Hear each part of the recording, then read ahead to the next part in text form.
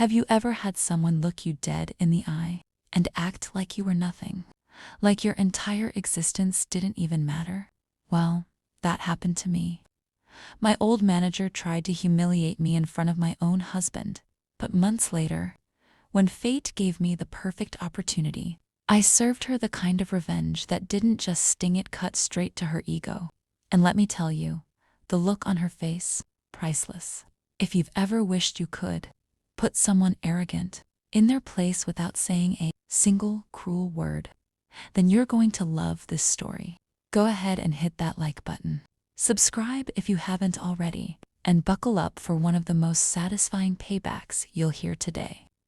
I work in the service industry, one of those jobs where you meet everyone, from rowdy party kids to quiet couples, just trying to have a nice dinner. And in this world, the managers, they make or break your shift. Some are decent, some are nightmares. But then there was her. Technically, she was never even a real manager, more like a glorified assistant who got the title because her best friend was the big boss. Not because she earned it, not because she worked hard, just because she knew someone, and wow, did it show. She'd roll into work already buzzed, sometimes with a drink in her hand, music blasting from her phone in the dining room while she was twerking as twerking. Customers would stare, my coworkers and I would cringe, and she thought she was the star of the show. To make it worse, she was one of those trust fund kids who thought responsibility was optional. Her hobbies included bar hopping every night, throwing herself at any guy who gave her attention, and my personal favorite, like she was too important to even learn the names of the people around her. But the thing is, when you're forced to work under someone like that, it eats at you. You're putting in the sweat, the hours, the hard work, and they're just coasting, drunk, dancing, and somehow still in charge. It wasn't just annoying, it was insulting. And deep down, I knew people like her always crash eventually, and they do it loudly. Sure enough, her little bubble burst. One night, she crossed the line drinking on the job. Management couldn't ignore it anymore. She was fired, just like that. And honestly, nobody was surprised.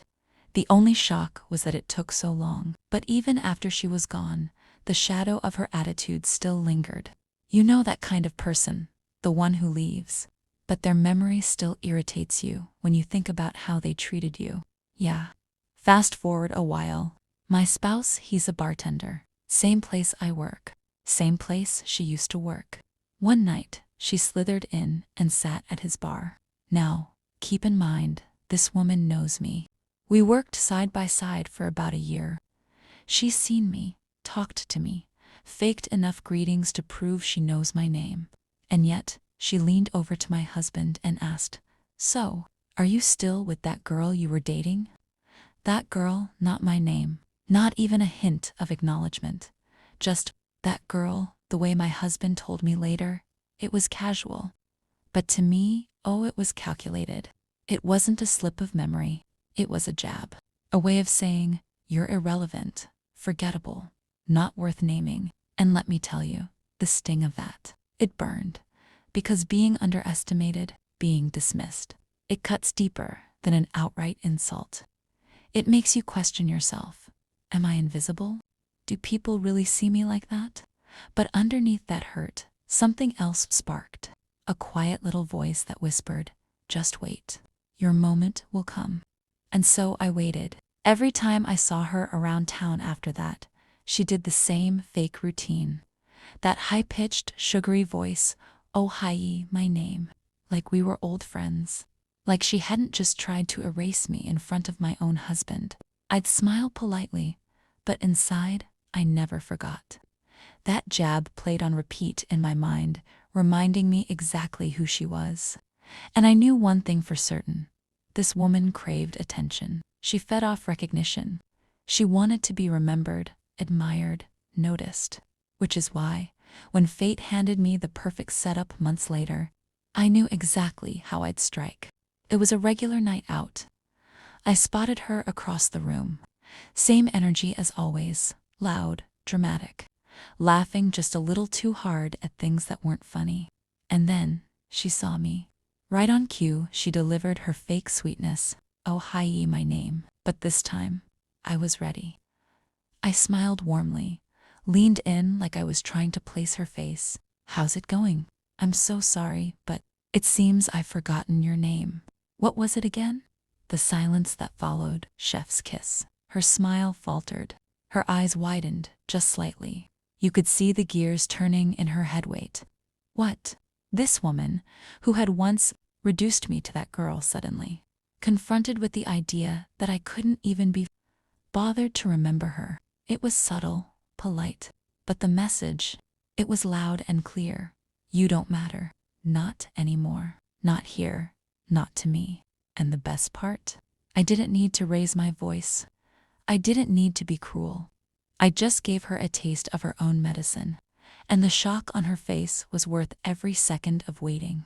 For the first time, she was the one who felt invisible, and me, I felt lighter, stronger, like I had finally reclaimed the dignity she tried to snatch away months earlier. I'll never forget that look, that frozen half smile, that tiny crack in her confidence. It was the purest form of justice karma, delivered with a side of irony, because people like her, they thrive on attention. And to take that away, to show her she wasn't memorable enough for me to recall her name, that was the deepest cut of all. It wasn't loud, it wasn't dramatic, but it was perfect.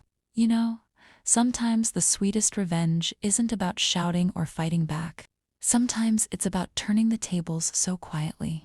The other person doesn't even realize how hard they've been hit until it's already over. And in that moment, I realized being forgotten can hurt more than being hated. If this story gave you chills, smash that like button and tell me in the comments subtle but satisfying revenge you've ever seen or experienced. And of course, don't forget to subscribe for more stories that prove karma always finds a way.